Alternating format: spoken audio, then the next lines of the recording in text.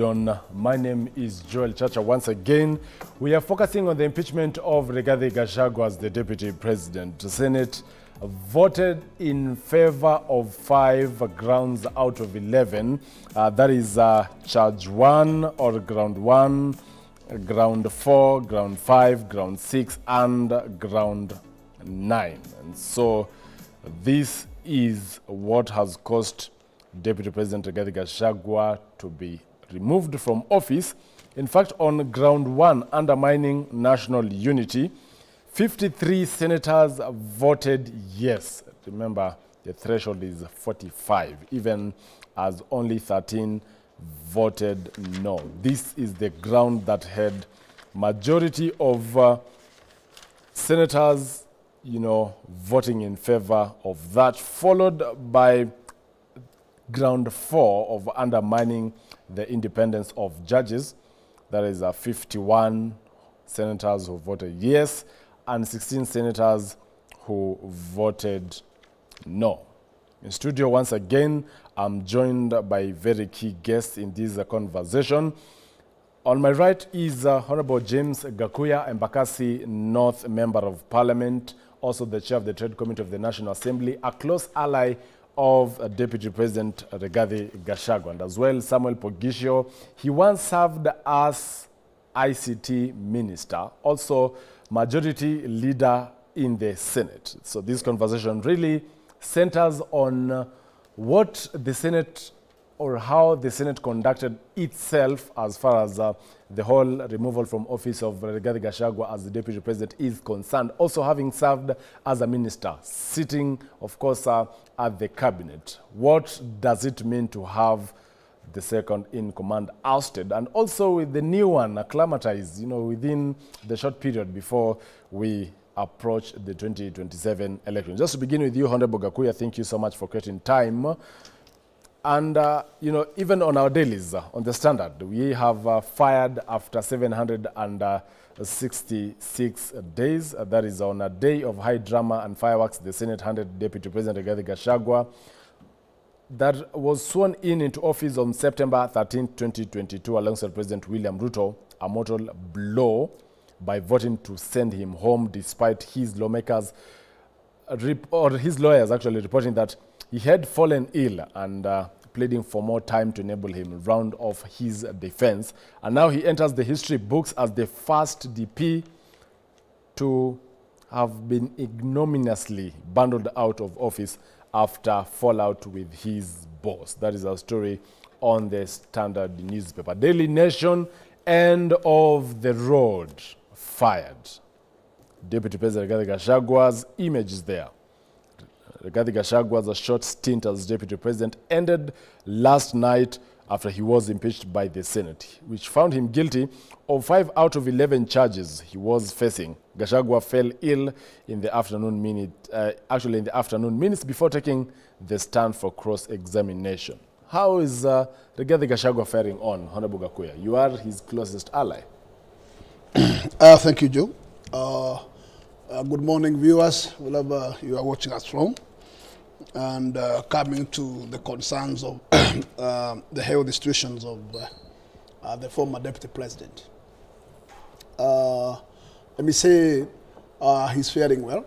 And since when this kind of a situation arrives, we are that those experts on that health sector are the one in charge of assuring us what the correct position is. And as per the Dr. Gekonyo, who is the head of the current hospital, he has assured us that, in fact, within 72 hours, things will be back to normal. So that's telling us that, in fact, they are giving him the best care for now. And there is a hope that, in fact, within 72 hours, we have hope that the former Deputy President will be at his normal position health-wise. Have you managed to have a one-on-one interaction? Let me say that, in fact, that wasn't possible. And when you are in this particular situation, you know, just understand that there's a preservation. When you get to that level, the doctors will not allow you to be disturbed. And then he has to give you a comfort so that at least you can have a rest and get treatment. And therefore, despite that, we have that assurance. Is this a condition that Rigathi Gachagua has suffered before? I cannot be able to start to confess that because I have no knowledge about his past health. But for the time that I have been in close relationship with him, because I have shared the last parliament with him, and also this time, I have not heard of him in that kind of situation. But also let us all understand that in the current situation where the deputy president was, and the pressure politically, anybody is a human being. And you'll be, these particular bodies we have, sometimes they may not be able to sustain the shock. And probably it may force you to such a situation. So it's normal, naturally. His critics are saying this could be a gimmick. His critics they are free to have their own interpretation out of this outcome. But let us understand that, in fact, nobody is 100%. And anybody, at any time, can take ill. And this is normal. So we may exaggerate to mean otherwise. But the doctors has every position to give Kenyans the correct position. Well, Samuel Pagisha, you've served, you have actually been a politician for years now. And this is not a field that is new to you.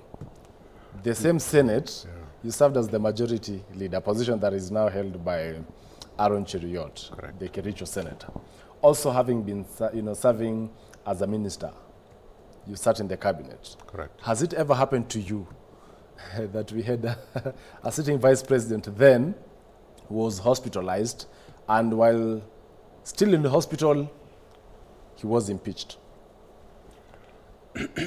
Well, Joel, first of all, it is a very new area and a very new phenomenon that a deputy president has been impeached in this country. The last person who was in that position was a vice president, and that was Professor Karanja. And his was a very difficult situation. It was a one-party system, and it came at a time when, there would be a lot of jostling for positions, like even now. I think I just want to wish Honorable Gachagua well in his health, that he may get well soon. It's not easy to be bundled out. It's not easy. I've gone through this experience as a young man. I went through the experience where I was thrown out of a political party, thrown out of KANU, expelled from KANU, so that one day I was a member of parliament, and within the same day I was a stranger in the house. That shock can take anyone out. So you ceased serving as a member of parliament? Immediately. Your position, you lost your position? Immediately. And it's the same thing that can shock you, is that when politics align themselves to remove you, and you're removed when you're not prepared for it, it can shock you also. But I'm not saying that this sickness is related necessarily with the impeachment. I mean, normal pressure can arise in the line of duty. But let's wish him well. I don't think that he has lost a job, but he needs to be back on his feet so that he can do the things he needs to do. Again, like you said, I have experienced this, but I've also experienced political pressure. And I keep saying that this, from the very beginning, I said this was a political impeachment. Impeachments are political. And the decisions are eventually, in the end, are going to be political. So the lawyers could argue whatever they wanted to argue. They argue very well, and they did. But in the end, the decision was not going to be a ruling as a judge would do. It would be a vote, and that vote could be influenced politically. And it so happened that it is very easy for you to be thrown out if it has been lined up that way. So I'm not very surprised that today we could easily have a new deputy president by today. A name proposed, gone through the House, National Assembly, because they have a special sitting today. And by tomorrow, you never know. Or by tonight, somebody could be sworn in.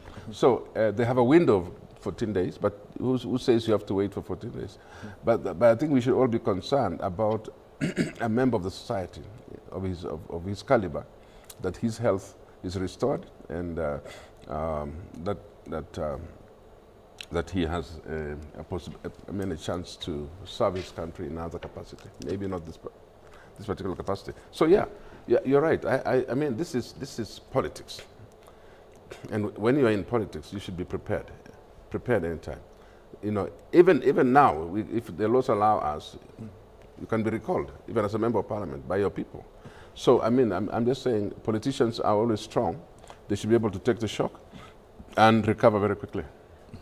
Honorable Gachagua, perhaps are you aware if President William Ruto has made an effort to visit Rigathi Gachagua at the current hospital, also understanding that Wiper leader Kalonzo Musyoka will be visiting Rigathi Gachagua at 9:45 a.m.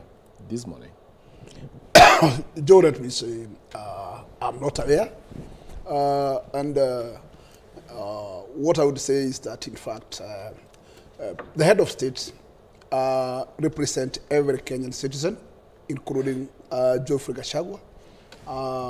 So I think on a human shield, it is not in any way a crime to visit somebody when he's on a certain critical position. And therefore, if the head of state can find a room over a minute or two to visit his former deputy, I think it is most welcome. Number two is that any other leader of this country, like Kalonzo Musyoka, who has been in the last days of Battle of Gachagua, was so supportive, I think it is quite in order to see your good friend, even when he's in that critical position. And therefore, they are all welcome to visit him, and at this point in time. Let us also agree that, in fact, politics as it is, it has no permanent enemies. And at the same time, it has no permanent friend. It does not mean that since we have arrived to this kind of situation, this is the end of former deputy president, even to see eye to eye with his with the head of state. That actually, it is very possible to also see another different kind of relationship in the future. We have an experience of Honorable Raila Odinga, who has been always making friendship to those enemies of his political landscape. And it does not mean that, in fact, it is casted on a stone that because today we are rivals, that tomorrow we cannot eat on the same table. So it happens, and this is how human should be. In fact, Gachagua also welcomed Raila Odinga on board, of course, with the broad-based government. So it's also, proper, or it will be better if Raila Odinga will also pay a visit to Gachagua. Of course. It is not a crime. Raila Odinga, for sure, he's a statesman of this country. And there is no anything that actually one can view as an ill motive when he visits Gachagua. It is in order. It's not. Samuel, it's rare for us to hear a president or a deputy president is unwell. That is usually not revealed in public for all the reasons. But in this case, it emerged, of course, through the lawyers who had been tasked to figure out where Gachagua was. And by 5 p.m. when they came back at the Senate, they had to reveal the details. On such critical matters, considering he went to hospital while still the deputy president, should the state actually take full responsibility of his health? Or now that he's no longer a deputy president, he then sorts his own bills? That's a very tricky question, Joe. Definitely, by this morning, he's no longer the deputy president of the Republic of Kenya. And I'm sure that up to this point, the government is magnanimous enough. I mean, government will probably just take care of it. But as from today,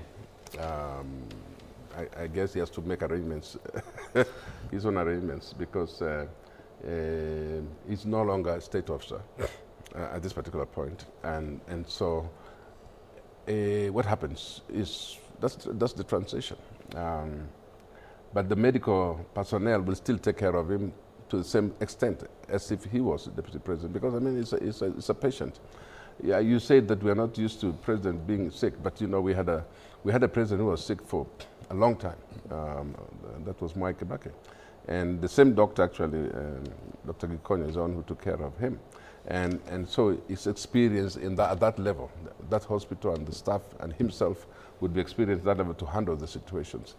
And as I said, the situation could be something different, maybe triggered by this, but something different. We don't know yet.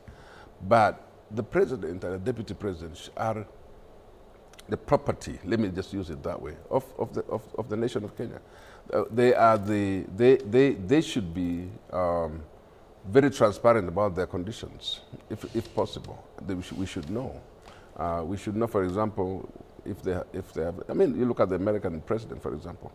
We get to know exactly when they're ailing. We get to know exactly when they're hospitalized. It's a public thing. So I don't think it's very surprising. When we go into elections to elect our president, we do not consider the situation of their health when we're electing them. Whether there are preconditions that exist, or even if they fell sick. Sometimes people think that by declaring that you're sick, you're disadvantaging yourself. You probably are giving yourself a knockout, as it were. But I think the truth is that the sooner we know about the condition, the better we understand the president. When President Kibaki, we understood his situation.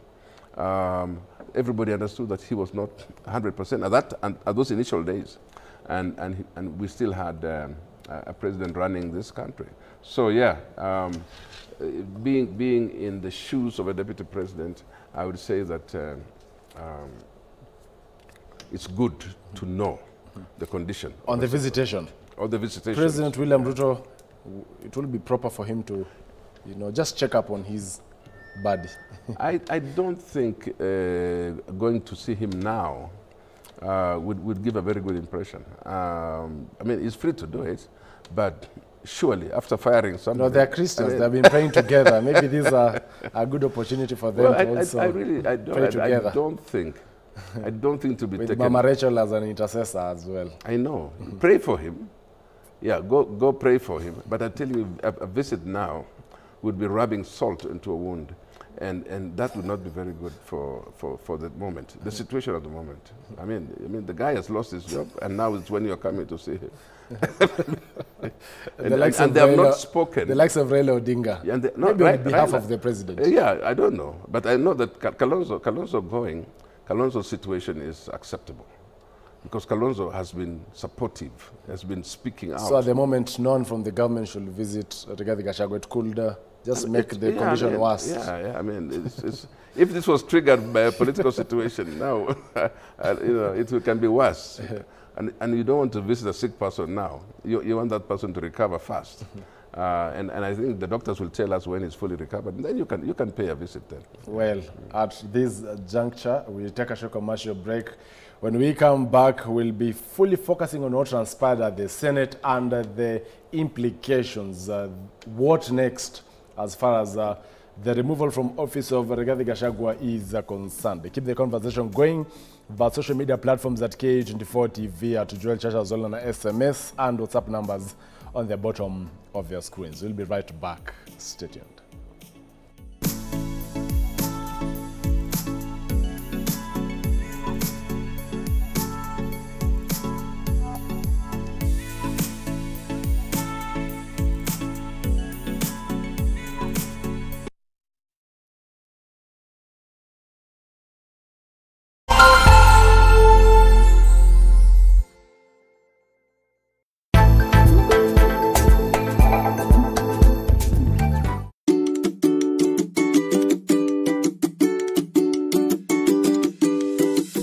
Saturday morning won't be the same again. Launch sequence activated. Have a nice trip. Oh yes! As K24 TV brings you Akili and Me. Ubongo Kids, Next Generation, My World Kitchen, Muddle Earth, and MI High on Kids Zone from 7 a.m. to 11 a.m.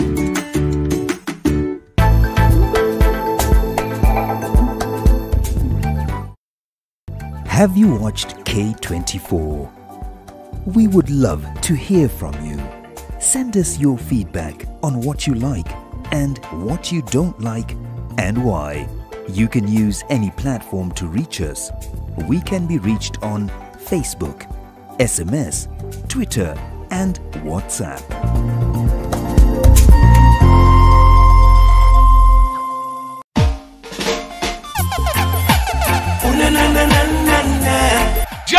Jumbo Kenya. This is Glenn Washington. I will be performing live for you and yours with my band at the Africa Bound Reggae Summer Fest 2024 and Shashamane International 40th Anniversary.